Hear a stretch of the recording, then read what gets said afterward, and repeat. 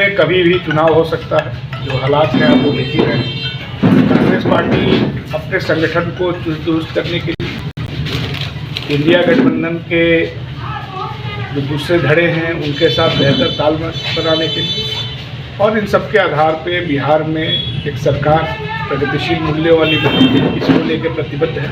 और इसी सिलसिले में बतौर सचिव हर जिले में मेरा दौरा हो रहा है। सर, किशनगंज में 4 विधानसभा सीट है और बहरहाल चारों सीटों पर कांग्रेस की मजबूत जो है कि पकड़ भी है, क्योंकि यहाँ से आपका सांसद भी जीता हुआ है। लेकिन राजद की 3 विधायक ऑलरेडी मौजूद है, तो इस बार क्या कुछ करेगा कांग्रेस? खुद के मतलब ना उम्मीदवार उतारेगा या फिर राजद के साथ ही ना पिछले को बन के आएगा? क्या कुछ आपको लगता है? देखिए, सहयोग जो होता है आपस में बराबरी के आधार पे होता है और जो हमारा गठबंधन है आरजेडी के साथ, वो एक कॉमन मिनिमम प्रोग्राम है कि फांसीवादी ताकतों को, सांप्रदायिक ताकतों को सत्ता से दूर रखना।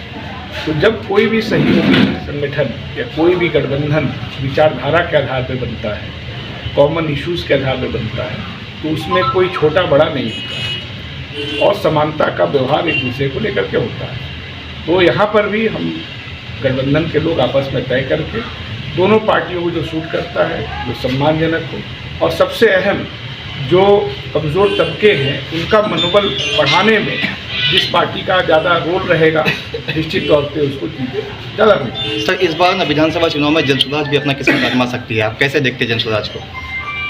देखिए, उनका कुछ इधर तो है, वो एक प्रयोग कर रहे थे, लेकिन मुझे लगता है कि जो रैली का हाइप उन्होंने बनाया था, जो पिछले दिन उन्होंने किया, उसमें बहुत जनता आई नहीं है। और बहुत लोग बिहार के राजनीति को बहुत जो लोग समझते हैं उनको पता है कि यहाँ पे कोई कारपोरेट पॉलिटिक्स बिहार में कभी चली नहीं है। महानगरों में जो महानगर जैसे राज्य हैं वहाँ तो चल सकता है। उनके कार्यक्रमों में, उनके भाषणों को आप तो कभी भी जो कमज़ोर तबकों के जेनविन मुद्दे हैं, चाहे वो आरक्षण का मुद्दा हो, चाहे मुसलमानों के सुरक्षा का मुद्दा हो, कभी उस पर वो नहीं बोलते। तो अगर आप जनता के मुद्दे पर बोलबे नहीं करेंगे तो आपको जनता बहुत गंभीरता से नहीं लेगी। उनको खुद इस बात की समझ होनी चाहिए। उनके कार्यक्रम में लोग इसीलिए नहीं आए क्योंकि वो किसी भी राजनीतिक मुद्दे पर बोलते ही नहीं है, सरकार पर सवाल नहीं उठाएंगे। जैसे मीडिया का एक सेक्शन विपक्ष से सवाल पूछता है, उसी तरह से पांडे जी की राजनीति देखेंगे तो वो विपक्ष से ही ज़्यादा सवाल पूछ रहे हैं। सबको लग रहा है कि कहीं मोदी जी के आदमी तो नहीं है, कारपोरेट के आदमी तो नहीं है। और कितने शर्म की बात है, 2 अक्टूबर को आप कार्यक्रम कर रहे हैं, गांधी जी हमेशा शराब के खिलाफ रहे और उस दिन रैली करके आप कह रहे हैं कि आप बिहार में शराब बेचेंगे।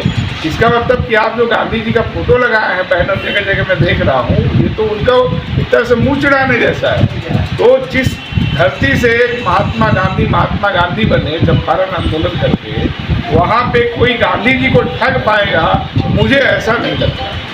सर, अंत में ना किसान की जनता को क्या कुछ आप जो है कि अपील करना? यहाँ की जनता अब सरकार बनाएगी प्रगतिशील मूल्यों की, एकदम संगठित है। और किशनगंज की देखिए जो पहचान रही है वो एक कम्युनल हार्मनी वाली जगह की रही है। यहाँ कभी दंगा फसाद नहीं हुआ है। कुछ लोग यात्रा वात्रा निकाल के सुनने में आ रहा कोशिश कर रहे हैं माहौल बिगाड़ने का, लेकिन जो लोग भी ऐसा कर रहे हैं उनके जो विश्व पितामह हैं आडवाणी जी, उनसे पूछ लेना चाहिए कि वो यात्रा निकाले थे तो बिहार में उसका क्या हासिल हुआ। सर, किशनगंज से वो जो बोलते हैं कि चुनाव भी लड़ेंगे भले ही जो है कि जमानत जब्त हो जाए। अरे भाई, तो जिसको जमानत जब्त कराना है उसको कोई मना कर सकता है? वो लड़े, जमानत जब्त कर रहे हैं, बहुत पैसा है, जमानत में पैसा बर्बाद कर सकते हैं।